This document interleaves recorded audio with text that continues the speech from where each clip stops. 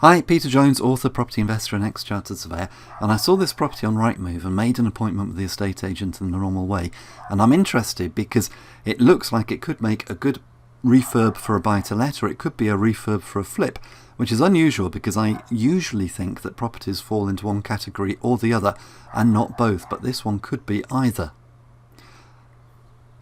So if we go around the back, we can see that it needs a bit of TLC. The rainwater goods are a bit rusty. There's a crack running down from the bathroom window where the waste pipe comes through the rendering. We'll have to look on the inside to see if that's significant. But the windows have been done. The garden's very overgrown and makes it look very scruffy.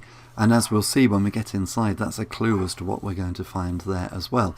But this could be a very interesting project if there's not too much work and it looks superficial.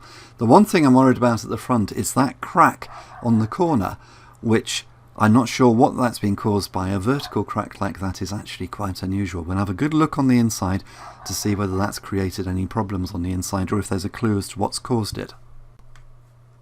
Something which we need to be careful about when we're inspecting a property or viewing a property is not confusing the contents with the condition.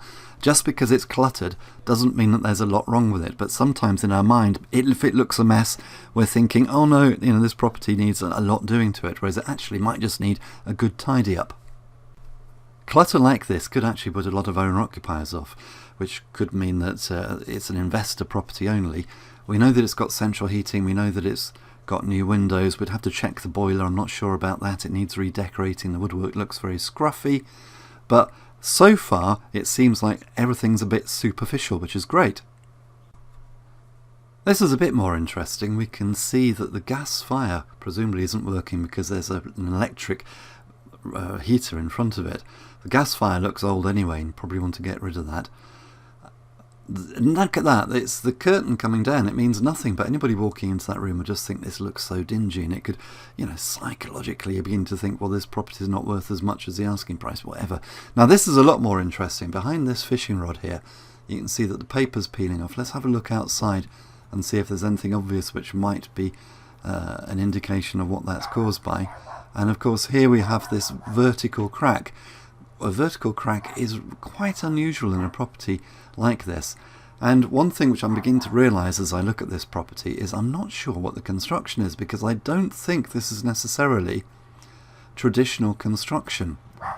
I'd have to sort of take in a second opinion. We can see that there's a crack there which runs through into the foundations, which isn't very good, so there's something happening on the corner of this property and I'm not sure what it is. I mean, there's no other indications of settlement or movement along that flank wall there, but so unusually I would take a second opinion from a local surveyor or even talk to the local estate agents to see if I can find out more about the construction of this property and get somebody in to look at that crack, because to be honest, this has me stumped.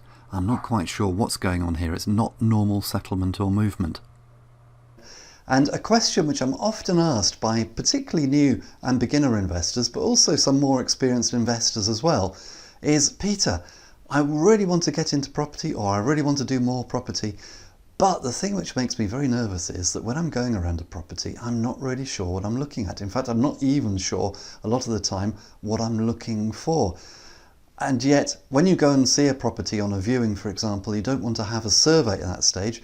You probably only want to really have a survey when you're making an offer, or if you've found a property which you think is going to work and before you make the offer.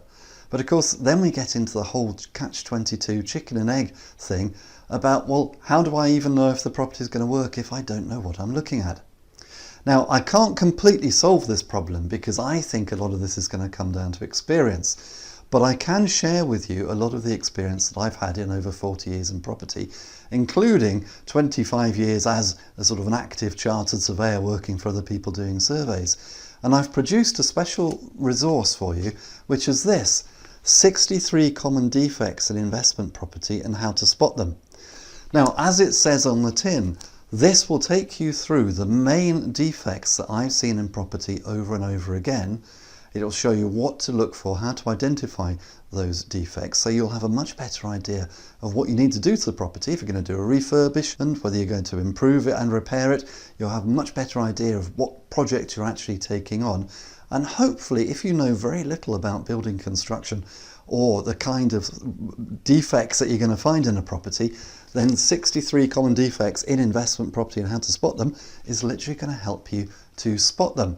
And by the way, when you order your copy, you'll also find included is the template which I use when I go around viewing properties, inspecting properties, which will hopefully give you a much better chance of not missing any defects that there may be. Now, I have to say that this will not make you into a chartered surveyor, and reading this will not be a substitute for employing a surveyor to do a survey when the time is right.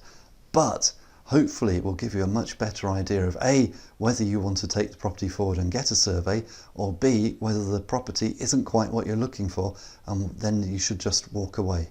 So please come to my website www.thepropertyteacher.co.uk, click on Learning with Peter, click on the link for 63 common defects in investment property and how to spot them, and when I see your order come in, I will send you your link so you can download your copy immediately. And until next time, here's to successful property investing.